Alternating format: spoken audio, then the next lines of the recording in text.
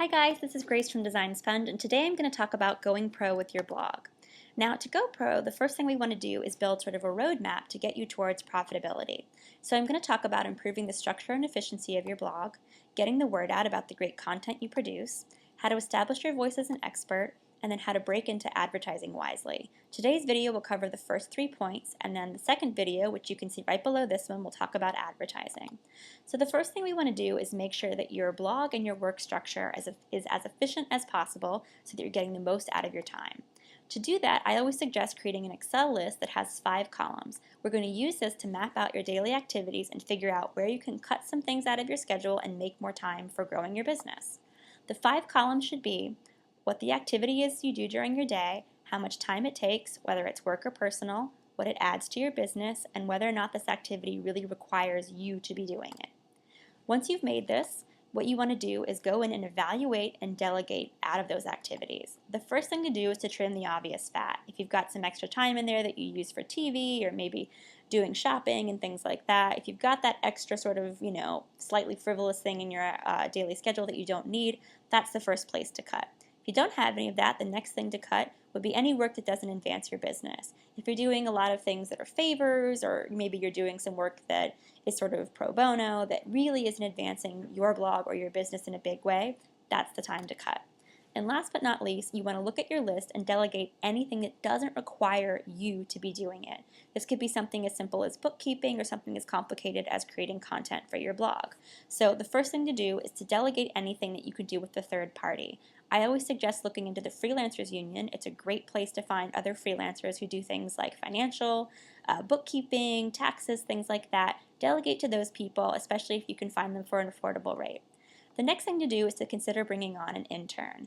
Interns are a great place to start. You can usually find college students who are anxious to learn, and there are lots of things that you can offer them in exchange for their time. One thing to consider is think about their majors carefully. It's always great to go to art students if you're running a design blog, but sometimes if you need help with business work, it's better to hire a business or a marketing major. They're eager to learn, and they can use their casework with you as experience when they're looking for jobs. The next thing to think about is what you offer them.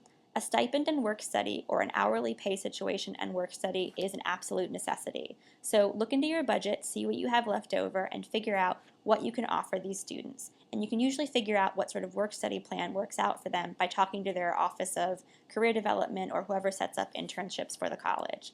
Now, if you look through your expenses and find that you maybe only have a couple $100s to give them, don't worry about that. I always say allot 50% of your expendable business income for help.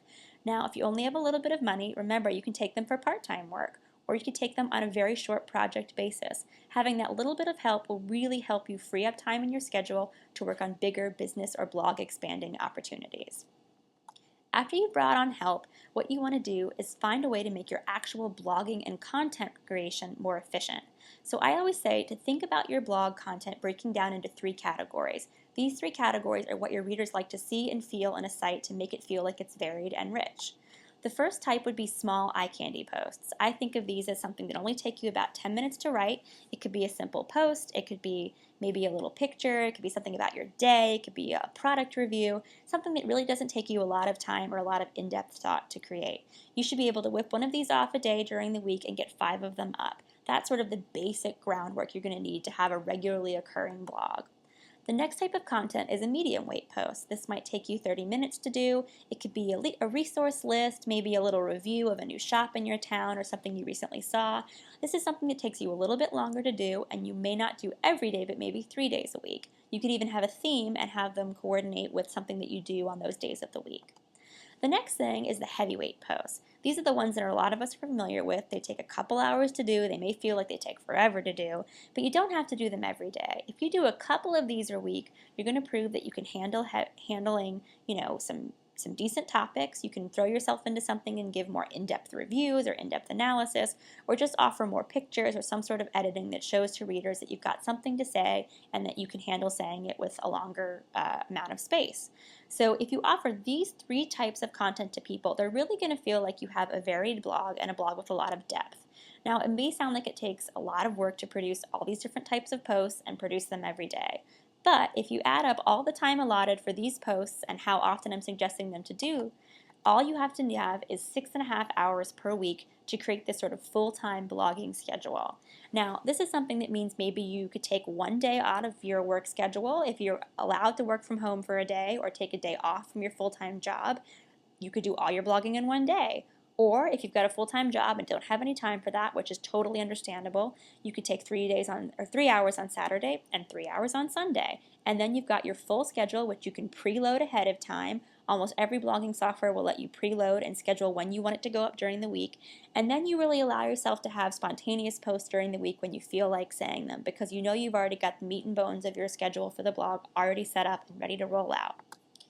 Now, once you've got your blog's content established, you want to set up an editorial calendar. When you have sort of set days of the week when things are going to come out, you're going to build loyalty with readers. They know when things are coming and they know when they can tune in. And if you have that calendar set up, the next thing to do is to look at all the content you're putting out, whether it's a sort of regular column you have or just the type of posts that you tend to do, and step back and look at them and say, do these all really reflect who I am and what I want to say? And do they look like the things that I typically post on the site?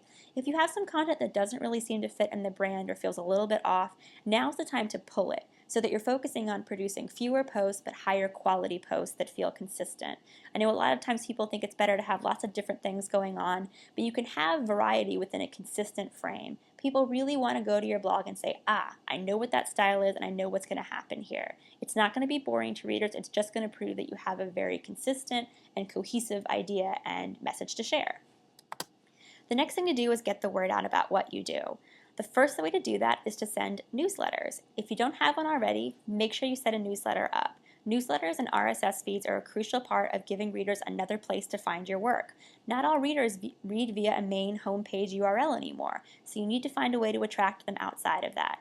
MailChimp and Aweber are great newsletter services to use. They don't cost a lot of money, and they're great ways to contact people. The next thing to do is to set up a social media outlet, whether that's Twitter, Facebook, or Flickr. They may seem complicated, but I promise I'll break it down and it's not that hard. And if you feel like those are just too many to use, you can actually use apps on Twitter or Facebook to connect those particular social media outlets so that you only have to update it in one place, but it will actually show up in the other. So if it seems like too much, just sign up for one and then connect it to Facebook or connect Facebook to Twitter. You can also do special promotions or try to do something special for readers that you only have on social media outlets. You might find that those people who follow you on Twitter don't necessarily read your blog every day. So take advantage of the fact that you might have different people reading in different places. You can do fun contests with them or some sort of reader poll. Just take advantage of the fact that those might be different groups of people. The last thing to keep in mind with social media is the rule of thirds, and this is something that I sort of made up but find that it's very effective.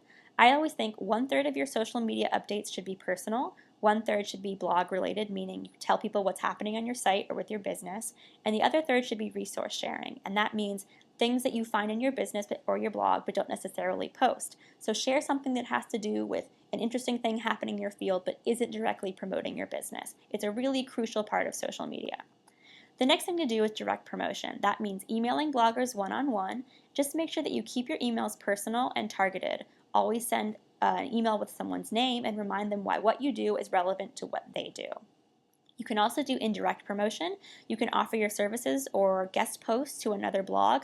It helps you put your blog in front of a different audience. You can also do targeted giveaways. I suggest only doing a few of them, maybe a couple a year, that really help you connect with the brand or connect with another blog in your niche and helps you give back to your audience and build traffic for a small amount of time. The next thing you can do is advertise. If you run a really niche specific blog, consider advertising on Facebook. It really helps you narrow things down based on interest or location. You can also consider contributing your voice to a blog.